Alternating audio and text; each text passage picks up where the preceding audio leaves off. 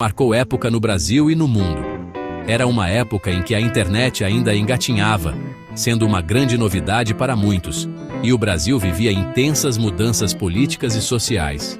No coração de Minas Gerais, em meio às montanhas e paisagens verdejantes, Varginha era uma cidade tranquila, com ares interioranos e um ritmo de vida calmo e sereno. Famosa pelo seu café de alta qualidade, que ecoava por toda a região, e pela rotina pacata que embalava seus moradores. As pessoas se conheciam pelos nomes, construindo laços fortes e duradouros. As crianças brincavam livremente nas ruas, aproveitando a segurança e a liberdade que a cidade proporcionava, e a vida seguia sem grandes sobressaltos, em um compasso de tranquilidade e harmonia. Mas essa calmaria, essa paz aparente, estava prestes a ser drasticamente interrompida. Ninguém, nem mesmo os mais atentos, imaginava que Varginha, tão comum e discreta, se tornaria palco de um dos maiores e mais intrigantes mistérios ufológicos de todos os tempos. A cidade, antes conhecida e reconhecida pelo aroma e sabor do café, seria para sempre lembrada e associada a relatos de naves espaciais e encontros inexplicáveis com criaturas estranhas e de origem desconhecida. Bombeiros, policiais, hospitais e demais serviços de emergência, até então, lidavam apenas com os problemas corriqueiros e as ocorrências comuns do dia a dia. Mas tudo, absolutamente tudo, estava prestes a mudar de forma radical. O que acontece quando o extraordinário, o impensável, invade o cotidiano de uma cidade? Varginha, naquele quente janeiro de 1996, seria o palco e o laboratório dessa inquietante pergunta. Antes dos ETs, antes da fama repentina, havia apenas uma típica cidade mineira, ensolarada, acolhedora e incrivelmente tranquila. O palco perfeito, o cenário ideal para um mistério que desafia a lógica e a razão. A rotina, a normalidade, estavam com os dias contados, prestes a se despedirem. O extraordinário, o inexplicável, estava a caminho, se aproximando sorrateiramente. E a partir daquele momento, Varginha nunca mais seria a mesma. Jamais. Uma história repleta de perguntas intrigantes e pouquíssimas respostas concretas começava a ser escrita ali. Antes de toda a comoção, antes de toda a repercussão, havia apenas Varginha em sua essência. Vamos juntos desvendar, ou ao menos tentar, essa fascinante e enigmática história. Na calada da madrugada de 20 de janeiro de 1996, quando a maioria das pessoas repousava em sono profundo, algo inexplicável cruzou os céus de Minas Gerais, rasgando a escuridão com um brilho intenso. O casal Oralina e Eurico de Freitas, que viviam em sua pacata fazenda, distante da agitação da cidade, ouviu um zumbido estranho, um som metálico e perturbador que quebrava o silêncio da noite. Intrigados, eles avistaram um objeto alongado, soltando fumaça densa e escura, flutuando baixo sobre os campos.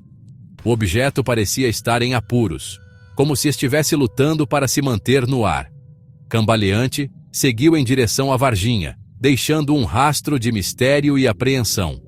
Outros moradores da região também relataram avistamentos do estranho objeto, descrevendo-o com detalhes que alimentavam a curiosidade e o medo. Controladores de voo, em seus postos de trabalho, teriam detectado um objeto não identificado nos radares, movendo-se a velocidades incríveis e desafiando as leis da física.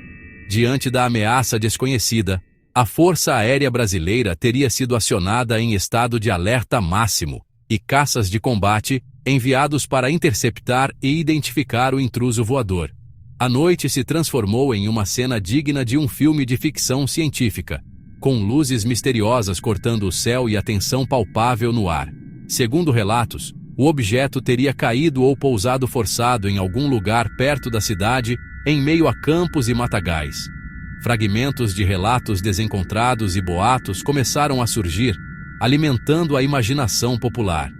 Era o início de uma cadeia de eventos extraordinários que envolveria civis curiosos, bombeiros em busca de respostas, policiais investigando o caso e o exército brasileiro mobilizado para conter a situação. A nave, se era de fato uma nave de outro mundo, havia chegado em solo brasileiro. E, para a surpresa de muitos, não estava vazia, guardando segredos que desafiariam a compreensão humana. O mistério estava apenas começando a se desenrolar, tecendo uma trama complexa de fatos e especulações. Na manhã seguinte, com o sol nascendo no horizonte, bombeiros da cidade receberam chamados urgentes sobre a presença de um animal estranho vagando por um bairro residencial. A princípio, a ocorrência poderia ser interpretada como algo trivial, um engano ou um mal-entendido. Mas os relatos dos moradores, cada vez mais detalhados e consistentes, ficariam cada vez mais bizarros e inexplicáveis.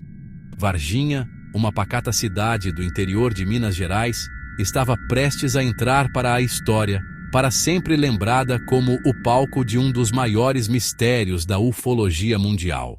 Era uma tarde chuvosa, daquelas que convidam a ficar em casa, mas para 3 jovens, o dia 20 de janeiro reservava um encontro inesperado. 3 jovens amigas, Liliane, Valquíria e Kátia, voltavam para casa, despreocupadamente, pelas ruas tranquilas do Jardim Andere. Em um terreno baldio, um espaço esquecido pela cidade, elas avistaram uma criatura. Ela estava agachada junto ao muro, como se estivesse se escondendo ou buscando refúgio. A criatura tinha uma pele marrom, e seus olhos vermelhos eram enormes e intensos. Sua cabeça era completamente desproporcional ao corpo e possuía 3 protuberâncias estranhas na testa.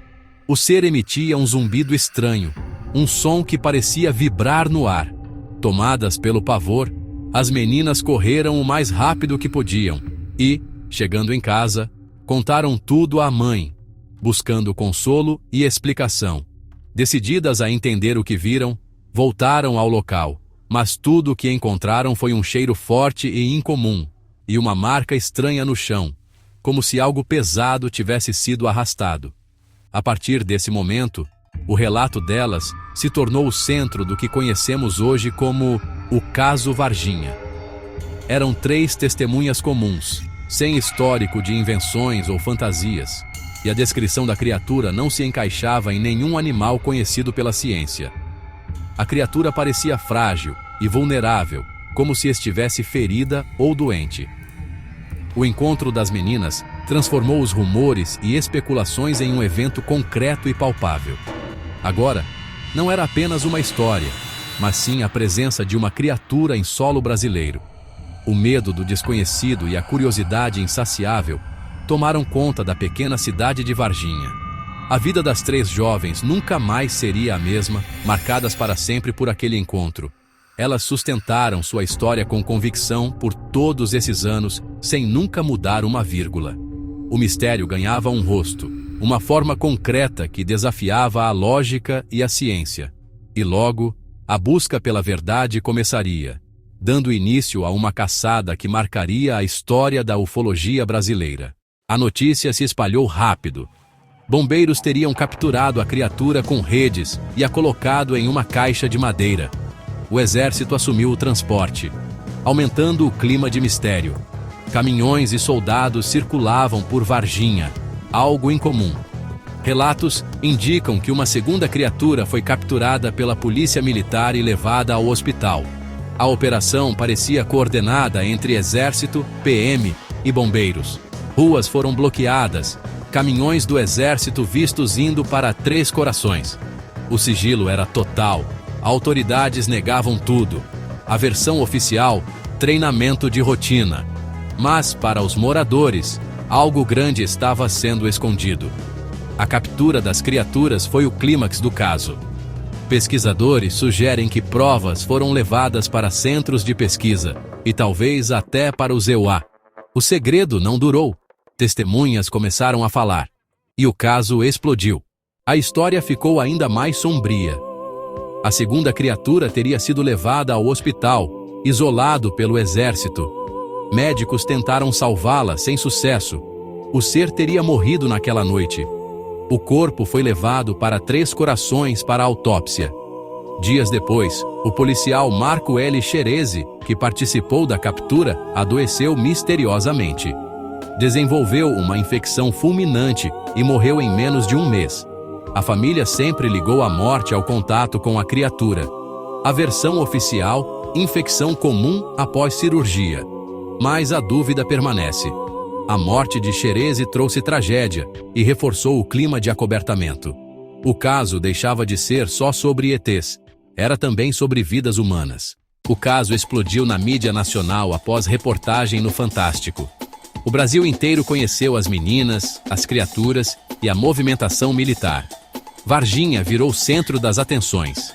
Jornais, revistas e TV invadiram a cidade. As meninas se tornaram celebridades. O turismo ufológico nasceu.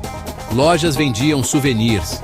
Pontos turísticos ganharam temas de ET. O caso virou parte da cultura popular, tema de músicas e piadas.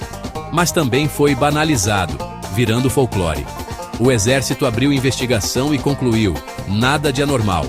Movimentação militar, treinamento, a criatura, um morador local, o Mudinho. A morte do policial, coincidência.